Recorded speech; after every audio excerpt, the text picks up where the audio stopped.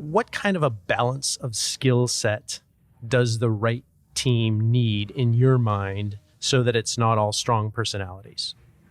Well, I thought when that team was announced that it was a great team, and I looked forward to working with them.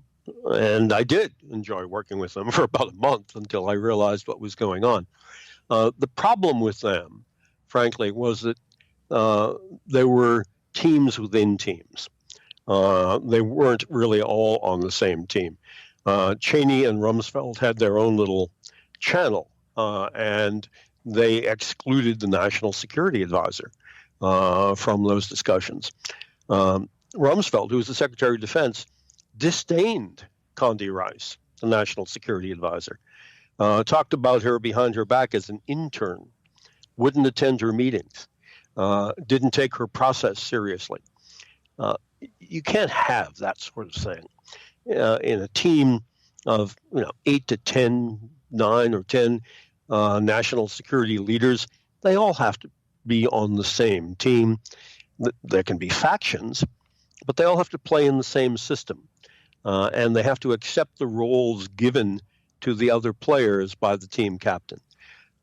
President Bush made Condi Rice the National Security Advisor. Maybe she wasn't terribly experienced for that job, but she was the National Security Advisor. And either Rumsfeld and Cheney should have played in the system that she ran, or she should have quit. Right. So in my mind, you've highlighted two things: too many alphas, and also not enough enforcement by the top in making sure that the process was being adhered to, so that the outcomes could be the outcomes that the process should have generated. And not enough awareness. I really don't think President Bush knew how dysfunctional the Principals Committee was. Principals Committee is all the national security leaders except the President and Vice President. And it's the Chief Operating Committee, if you will. It meets maybe twice, 3 times a week on a whole host of national security issues.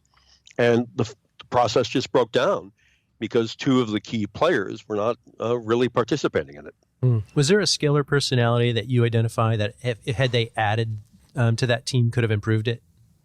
Well, I thought the best national security manager I ever saw was Robert Gates.